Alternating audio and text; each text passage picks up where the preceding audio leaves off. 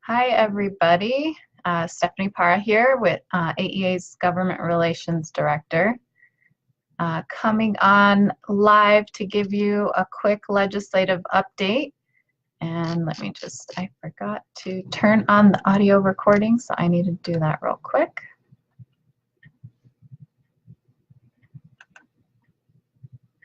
Okay. All right, so we have just a few updates for you all. So this week was our, 11th week in the legislative session. It was the last week for the legislature to hear bills in the opposite, in committees in the opposite chamber. So Senate bills needed to be heard in House committees by today and vice versa. The only committee that will continue to hear bills is Senate and House Appropriations. So those will continue to meet next week. But a lot of the committee work is now completed. And so we're kind of moving into the process, into the legislative session where the budget becomes a big priority for folks. And AEA, if you saw yesterday, released our budget priorities for this fiscal year. We are calling on the governor, really using the Red for Ed demands as our guide. We are calling on the governor to keep the 20 by 20 promise with a full 20% pay raise for teachers in this year. So we're planning the fiscal year 20 budget right now.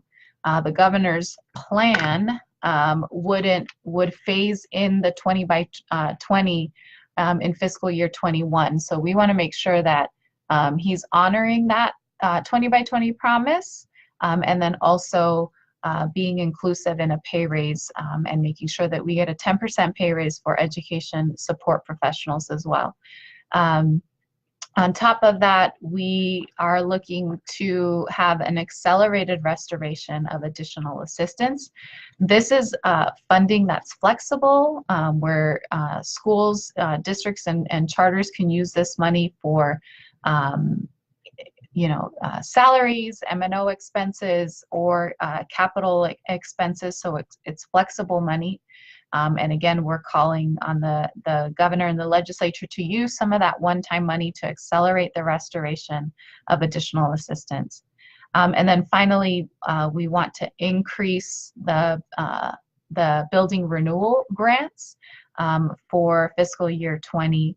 There are a lot of unmet needs, school building maintenance and repair, and so we want to make sure that that is invested in as well. There are a few priority bills that I want to flag for you guys that are coming up next week. House Bill 2523, this is related to youth employment. It changes the minimum wage for individuals who are under the age of 22 years old. I believe they amended that to exclude 18 to 24 or 18 to 22-year-olds in committee this week, but it is moving to rules, to Senate rules on Monday. So unfortunately, that bill is moving through the process. We are united with a coalition of stakeholders, a lot of folks that supported the minimum wage increase in 2016 to oppose this bill. We definitely do not want to see it move through the legislative process. HCR 2026 is also in Senate rules on Monday. This is actually a ballot referral. We do support it. It would repeal Proposition 203, which is commonly known as Arizona's English-only law. And so AEA, as you all know, we supported the English language learner reform. This is kind of the second phase of that work, and are supportive of the effort here. Another bill that I wanted to flag, House Bill 2032. So what we're seeing a lot of right now is strike everything amendments. So this is bills that come in through committee where they strike the entire bill and lay another bill on top of it. And so House Bill 2032 is now a bill, Townsend's bill, related to school employees violating ARS 15511, and that is going to be on Senate appropriations. So she's struck another bill and put this one in because she couldn't get this bill through the House. So now she's attempting to move it through the Senate. Obviously, we will oppose this strongly.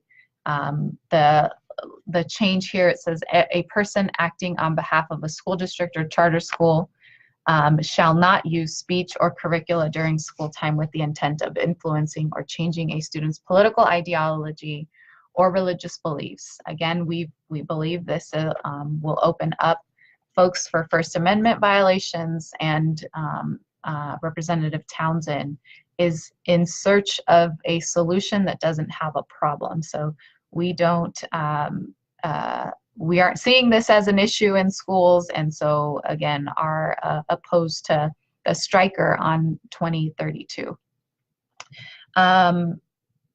The other one on Senate appropriations is related to consolidation. So this is House Bill 2139.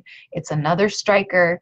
Like I said, a lot of the agendas are full of strikers right now, where bills are completely being changed from one thing to another. So this one is related to school district consolidation or unification and consolidation.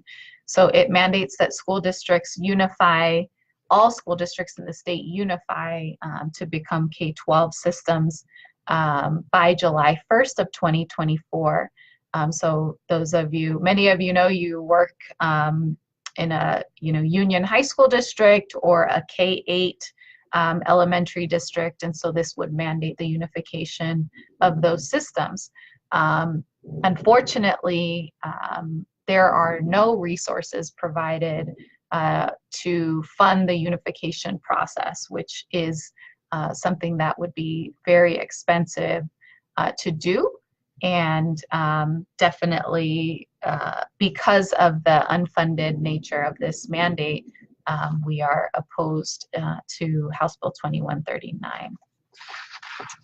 I think that's all I had for you guys. So next week will be kind of in a lull. Another big news story that broke was the resignation of Representative David Stringer from Legislative District 1.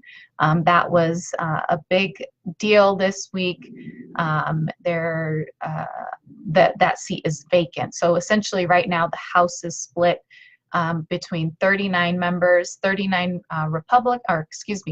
Republicans, 29 Democrats, and 1 vacant seat. And so we're hearing that they're going to go through the appointment process to bring in another Republican, and I've heard that that would be